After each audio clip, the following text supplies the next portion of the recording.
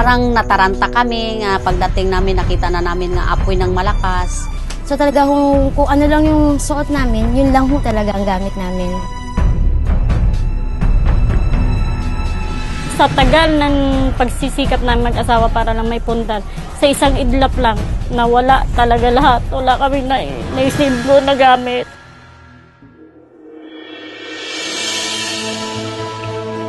Para akong mahimatay, hindi maintindihan kung ano ang naramdaman namin. Parang blanco na lang ang pakiramdam ko. Umiyak ho kami mag-asawa dun sa kalsada, umpo na lang ho kami. Kasi talagang parang bumagsak kami.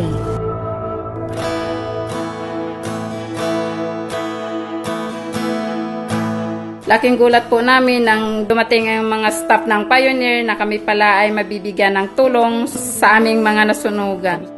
Sobrang bilis po talaga kasi pabibilisin daw po ng mas mabilis pero hindi kami aasa. Pero yung sinasabi nilang pabibilisin ng mas mabilis ay talagang nangyari po. Nag-usap-usap kaming lahat ng mga members sa Pioneer nga, totoo pala yun. Hindi namin ini-speak nga baka hanggang salita lang. Natuwa kami kasi sabi namin siguro ito na yung tulong na hinihintay namin. Very much thankful kami na nakapag-insured kami sa Pioneer. Naiko sa linog ang lugar namo. Niagi ang mga oras ug adlaw. Us muragwa na may mga kusog na mulihok. Tungod sa naitabo sa lugar namo ba. Labi na nga kusog kayong linog.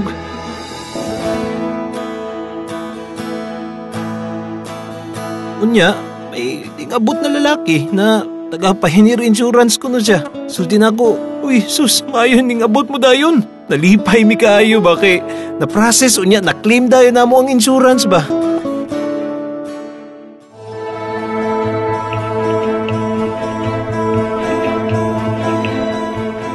Nawarayan kami pinsamiento. Hanada na ang Yolanda.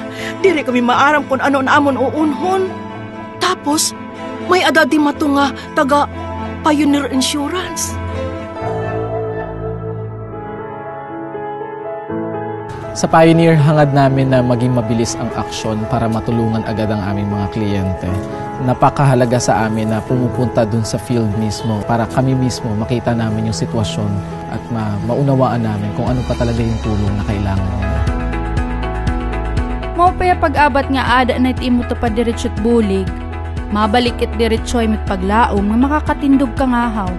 Sugo ko pet akan mga anyaw, mag-insure na daman. Siyempre insurance nga ada diretso, nabayad diretso, Pioneer.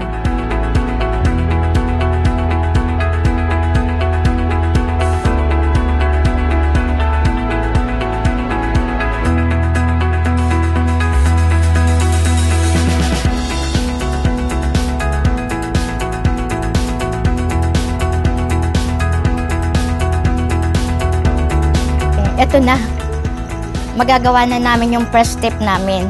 Inihati-hati ko kasi yung pera namin eh.